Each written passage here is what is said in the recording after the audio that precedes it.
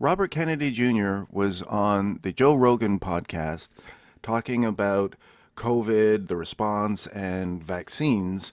And he said some very critical things about Peter Hotez, who was one of the most visible media doctors during the height of the COVID hysteria, who went on all of the major American television networks promoting the official narrative on lockdowns and vaccines, etc. Hotez responded by attacking Joe Rogan and Robert Kennedy Jr. in return, accusing them of spreading vaccine misinformation and calling Robert Kennedy Jr.'s views on these issues nonsense. And as everybody now knows, this inspired Joe Rogan to invite Hotez onto his program and to debate Robert Kennedy Jr.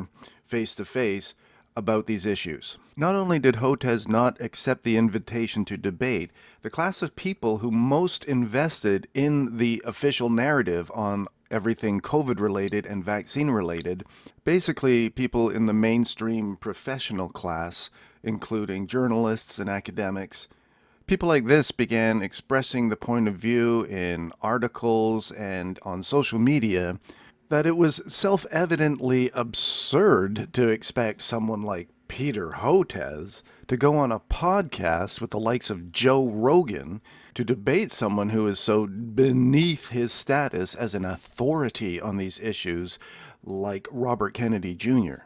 The problem, of course, is that there's nothing self-evident about that conclusion at all.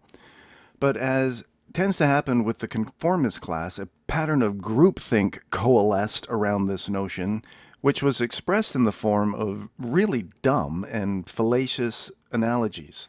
These analogies framed the situation as a confrontation between two cartoonishly exaggerated extremes.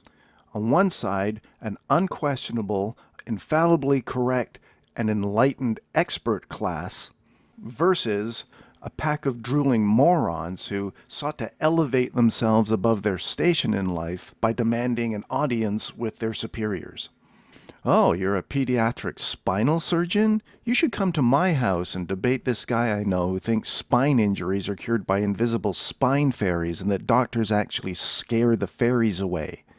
I know you did a PhD and wrote a book on this complex topic, but if you don't debate my horse on stage at the county fair, why should I believe you? My horse can clomp his hoof once for yes and twice for no. Sobbing uncontrollably in NASA's parking lot because they won't debate me about the Earth being flat. This is the quality of reasoning the educated professional class offered to support their premise that running away from a debate has always been understood to be a sign of intellectual sophistication. So here's what's really going on.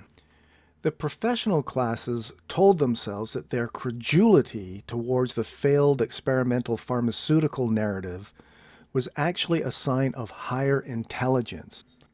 That narrative has collapsed, but the professional class can't bring themselves to acknowledge it. It's too shattering to their self-conception.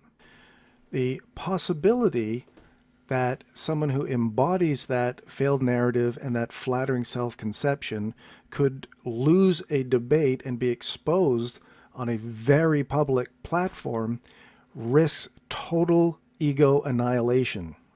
But that fear can't be acknowledged. So there must be some other reason to avoid the debate. And so running away from a debate had to be turned into a sign of higher intelligence as well. Just like doing your own research overnight went from the thing that smart people do in order to inform themselves to everybody knows only dumb people do their own research. Running away from a debate went from what people who lack confidence in their ability to defend their position do, to people with expertise never engage in debates they're confident they can win. Running away from a debate is the new don't do your own research.